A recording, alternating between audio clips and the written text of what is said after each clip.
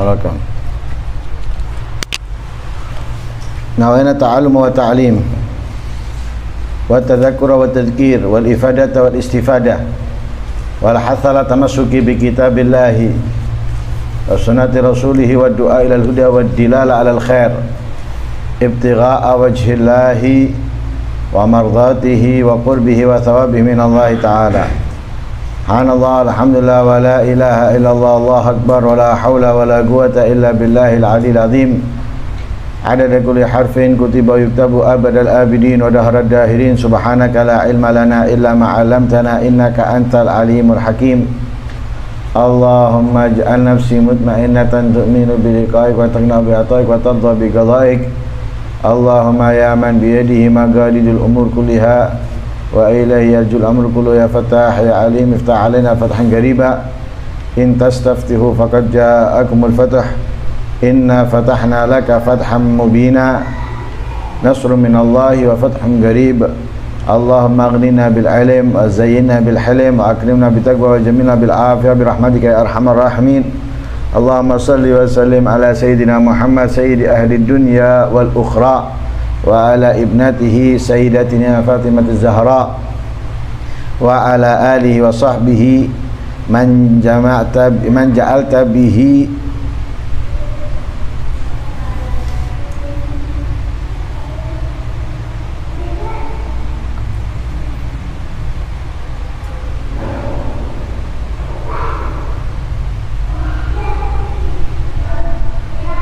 wa ufir lana bihi ghufra wa tawallana fid daraini sirran wa jahra. Adabun naum, adab tidur. Tidur ini dibutuhkan, tapi tidak banyak, agar kita tidak menyia-nyiakan waktu hidup kita di atas dunia hanya dengan tidur.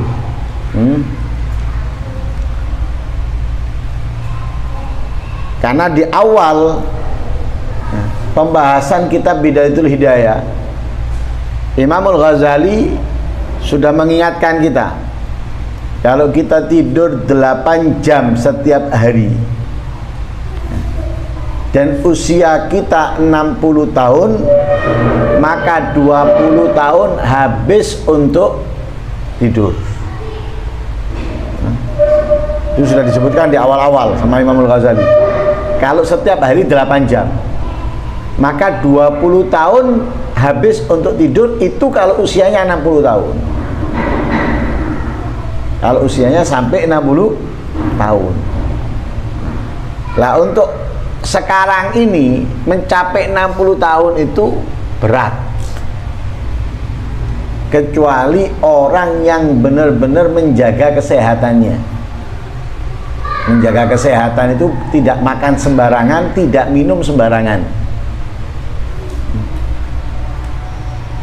dan tidak banyak makan. Makannya yang sehat, sayur, buah, yang bergizi dan berserat. Minumannya gitu, bukan yang seger-seger,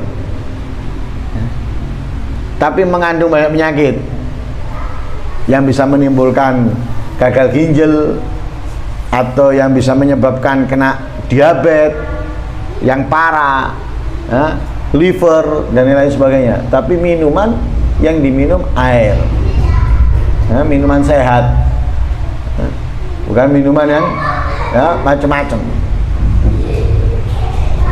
Nah ini baru, insya Allah kalau ini hitungan manusia, insya Allah umurnya bisa panjang.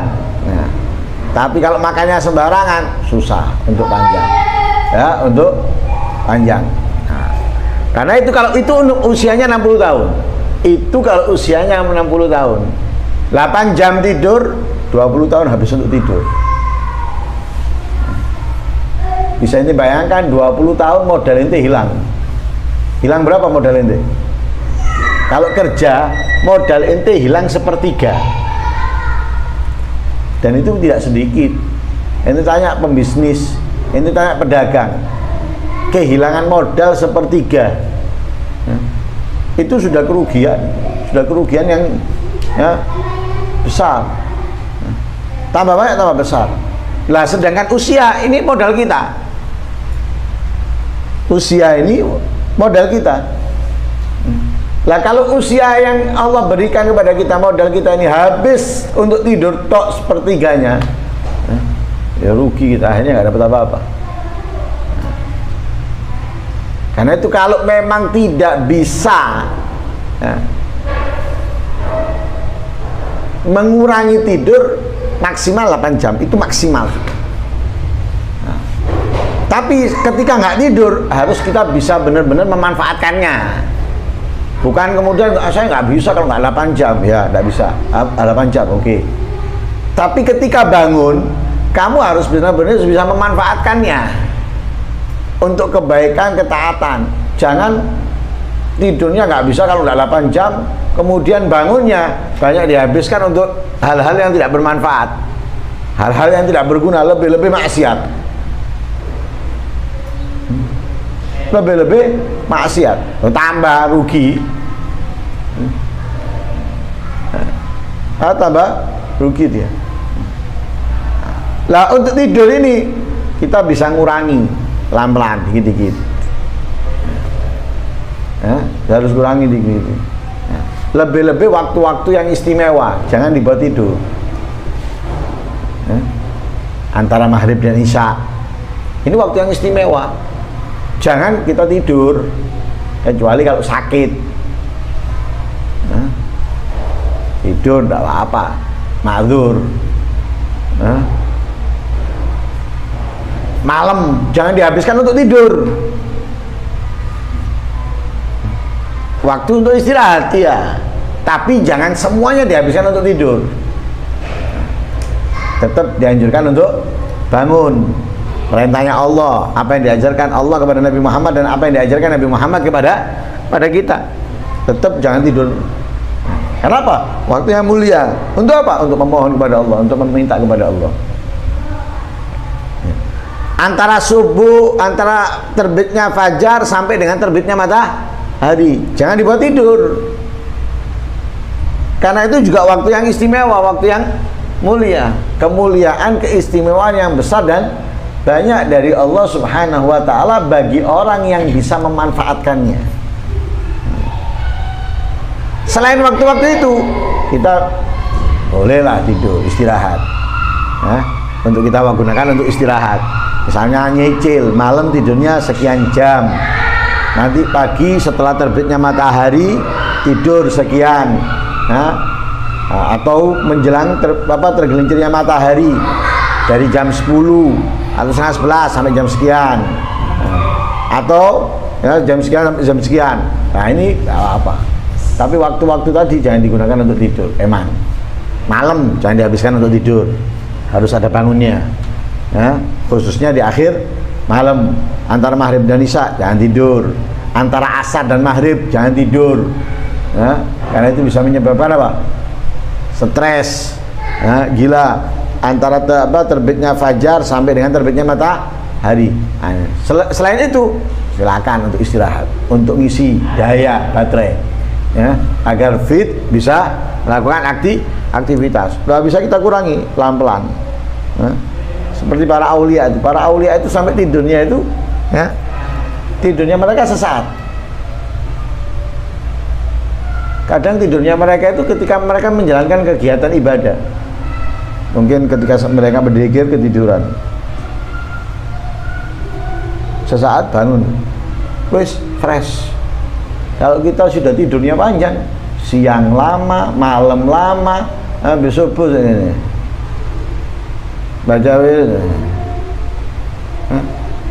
baca pakai mic.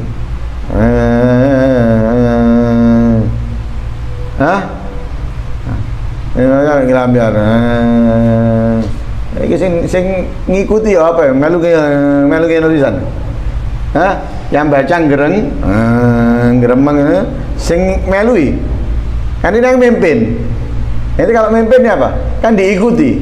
Ini yang mimpin pakai mic ngeremeng. Terus yang lainnya ngeremeng pisan. Itu. Nah, jadi tidur boleh. Nah, tapi itu tadi, jangan dihabiskan hidup kita ini hanya untuk tidur. Nah, tidur manfaatkan untuk istirahat. Ketika bangun, manfaatkan hasil istirahat kita untuk sesuatu yang manfaat. Lah supaya tidur kita bernilai ibadah, kita perlu menjalankan adab-adabnya. Nah ini yang dibahas. Jadi walaupun kita tidur, nilai tidur kita itu ibadah, mendapatkan pahala. Ya nak tidur terus saja, ya ngombe obat mati on, mesti sampai mati nih.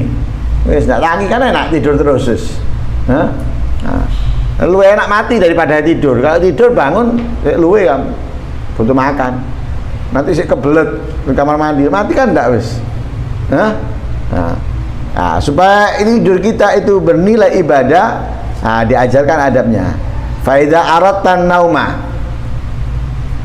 Jika kamu hendak ingin tidur, ketika kamu hendak tidur, fatsud firasyak, hamparkan kasurmu. Karena dulu itu kasurnya bukan seperti sekarang. Kasurnya wis cepak. Tinggal langsung tidur di atasnya. Kalau dulu itu selalu dilipat. Jadi tidurnya itu kasurnya kasur lipatan.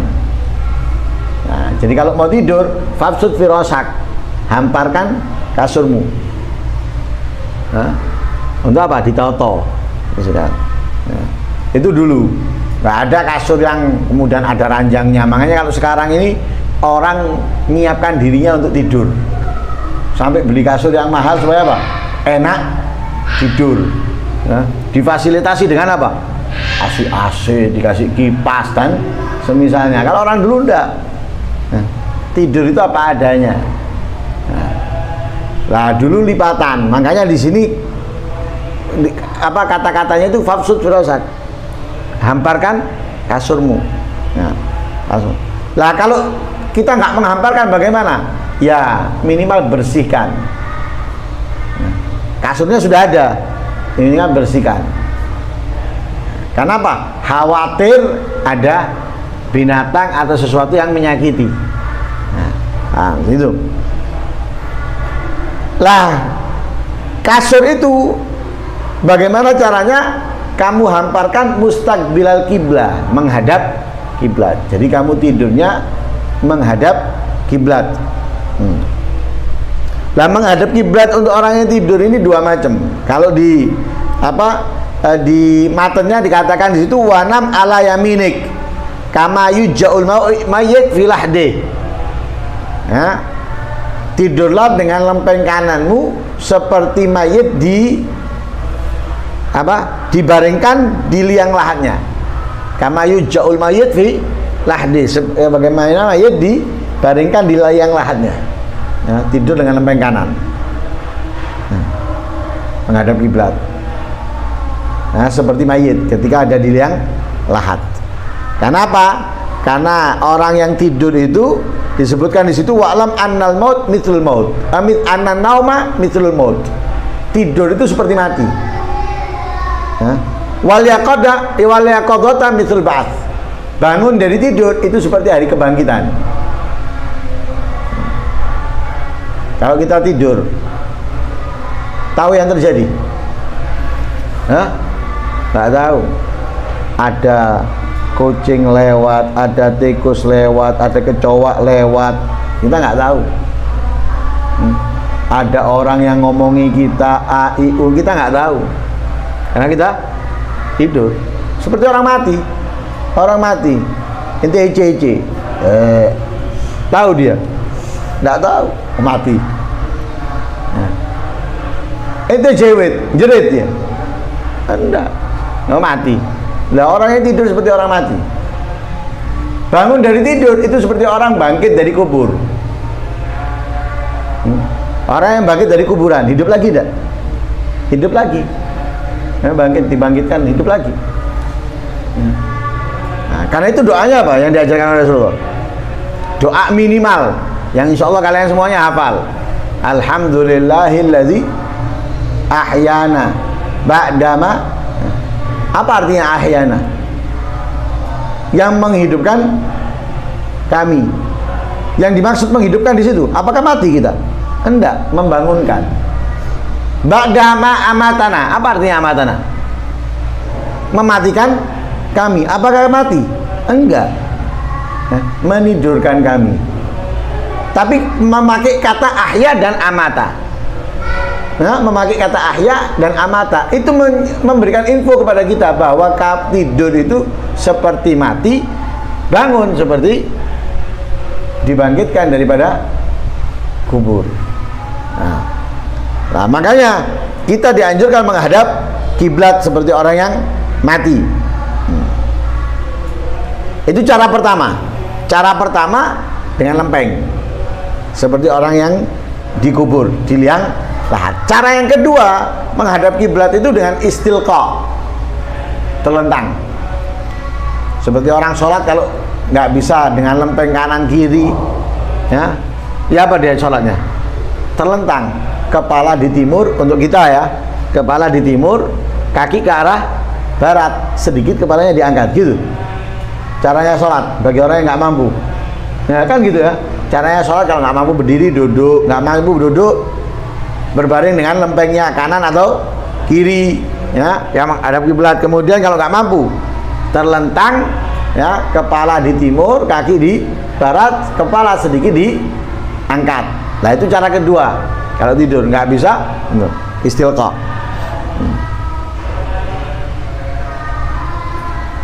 Lah istilqa itu diperbolehkan bagi laki-laki, makruh untuk perempuan. Kalau laki mubah, boleh. Dapat kesunahan masih dengan caranya menghadap kiblat untuk tidur. Tapi kalau untuk perempuan makruh.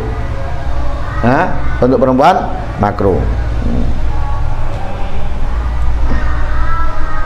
Adapun tidur dengan tengkurap, walaupun itu nggak tidur, apalagi omong-omongan, ngobrol dengan tengkurap, tidur dalam tengkurap itu makruh, laki maupun perempuan. Bahkan kalaupun sudah tidur disunahkan untuk dibanguni. Walaupun sudah tidur, sunnah dibanguni. Orang yang tidur dalam keadaan tengkurap. Karena apa? Itu naumus syayatin, tidurnya setan. Tidurnya setan.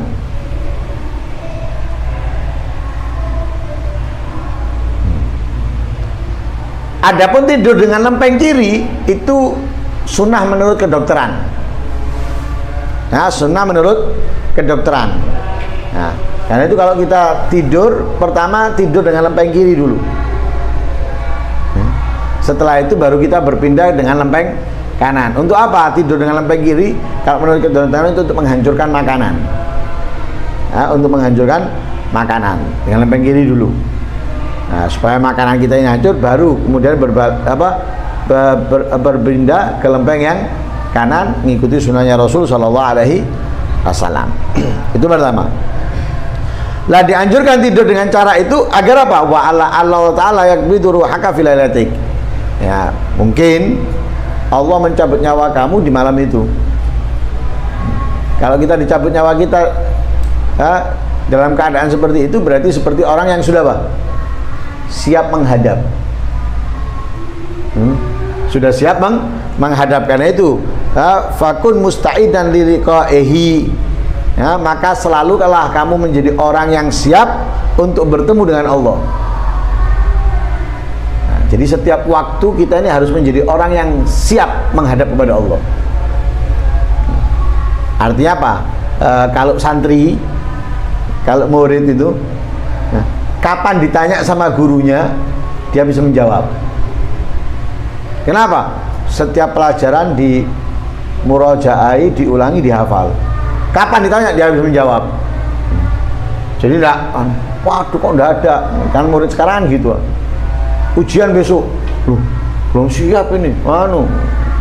Ini keliru, salah ini. Ujian besok, ya khair, dia sudah siap. Ujian sekarang, ya khair, sudah siap. Nah itu mestinya. Sama dengan kita dalam kehidupan. Kita dalam kehidupan itu sekarang dicabut nyawanya sudah siap. Jangan dicabut nyawa, ya Allah tunda kok sedikit lagi ya Allah, nambah sedikit lagi, nambah sedikit lagi.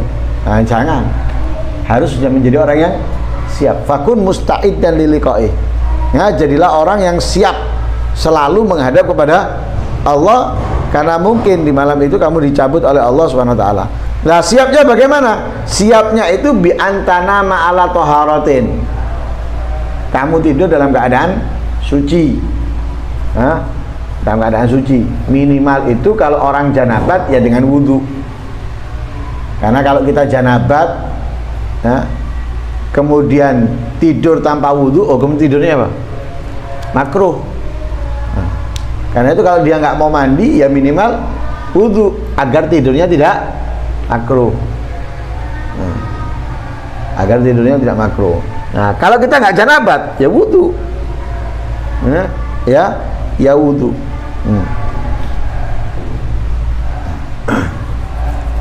Karena orang yang tidur dengan wudhu itu ruhnya mi'raj.